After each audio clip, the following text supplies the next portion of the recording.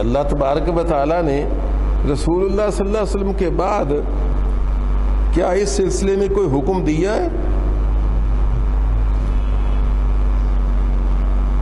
کہ تم بھی کسی کے ساتھ بیعت کرو یا بیعت ہونی چاہیے، یا اس کا کوئی فائدہ ہے؟ فرمایا ہاں، یا ایھا الذین آمنوا اتقوا اللہ وابتغوا الیہ الوسیلہ.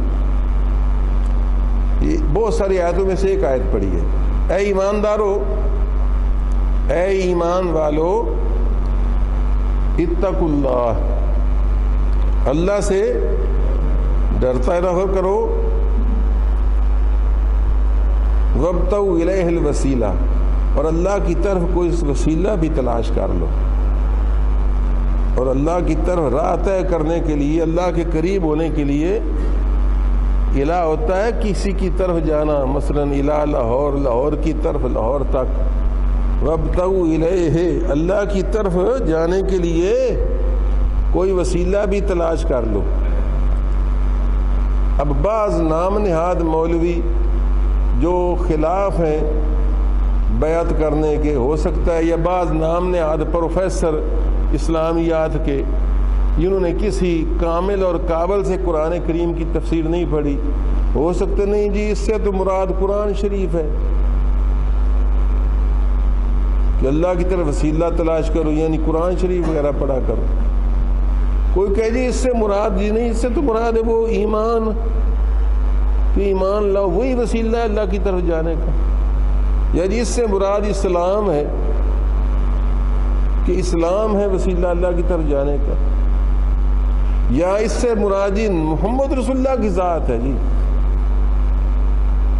اور حضور کے نام پر تو شاید سنی سارے چپ ہی کر جائیں کہ بھئی آپ تو بولنے کی جگہ ہی نہیں رہی. لیکن وہ یہ نہیں سمجھتے کہ اس نام کو لے کر کام غلط کیا جا رہا ہے. یعنی نام رسول اللہ کا لے کر کسی مرشد کی بیعت سے جو روکا جا رہا ہے، تو اس میں ہیرا پھیری کی جا رہی ہے. بات سچی کہہ کر کام غلط کروایا جایا. کیوں؟ میں وجہ بتاؤں گا. یہ سارے تصورات غلط ہیں کہ یہاں وسیلہ سے مراد رسول اللہ کی ذات ہے، یا قرآن شریف ہے، یا ایمان ہے، یا اسلام ہے. یہ ساری باتیں یہاں فٹ نہیں آتی. اب آپ فائدہ اٹھائیں، اگر آپ طالب علم اسٹوڈنٹ قسم کے ہیں یا پڑھے لکھے سمجھدار لوگ ہیں تو فائدہ اٹھائیں. کیونکہ اگر یہاں وسیلہ سے مراد ایمان یا اسلام یا قرآن یا محمد رسول اللہ کی ذات ہو، یا نیک عمل ہو، چلو جی نیک عمل، جی وسیلہ یہ مراد ہے، جی نیک عمل کرو، نماز پڑھیا کرو، تو یہاں سوال پیدا ہوگا کہ اللہ تعالیٰ نے یہ بات کافروں سے نہیں کہی. یہ نہیں کہا یا ایھا الذین کفروا. آیت کیسے شروع ہو رہی ہے؟ یا ایھا الذین آمنوا، اے ایمان والو. تو ایمان والا کب بنتا ہے؟ جب اللہ کو مانتا ہو، تب نا. یا رسول اللہ کو مانتا ہو اور قرآن کو مانتا ہو. تو معلوم ہوا وہ تو آمنو کو کہا جا رہا ہے، ایمان تو پہلے لا چکے ہیں. تو پھر یا محمد رسول اللہ کی ذات مراد کیسے لی جا سکتی ہے، یا قرآن کیسے مراد لیا جا سکتا ہے؟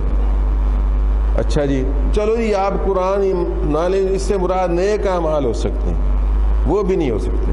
یہ میں شاہ ولی اللہ رحمۃ اللہ تعالی علیہ کے گویا کہ ارشادات کی میں گویا تفصیل بیان کر رہا ہوں. یہ میں اپنی طرف سے مضمون نہیں جوڑ کر بیان کر رہا، یہ میں نے شاہ ولی اللہ رحمۃ اللہ تعالی محدث دہلوی کی میں ارشادات کی روشنی میں یہ مضمون بیان کر رہا ہوں. آپ فرماتے ہیں شاہ ولی اللہ کہ یہاں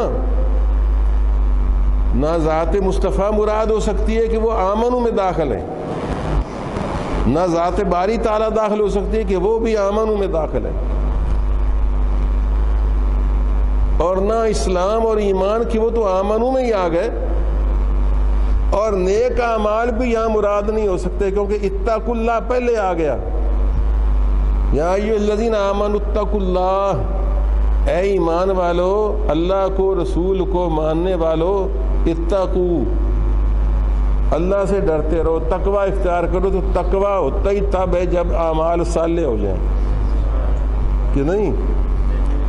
تو تقوی بھی حاصل ہو گیا، تم تو اتقوا اللہ پہلے آ گئے، وہ تو اتقوا اللہ میں آ گئے۔ جب تقوی والے ہو گئے تو قرآن پڑھنے والے ہو گئے، نیک عمل کرنے والے ہو گئے۔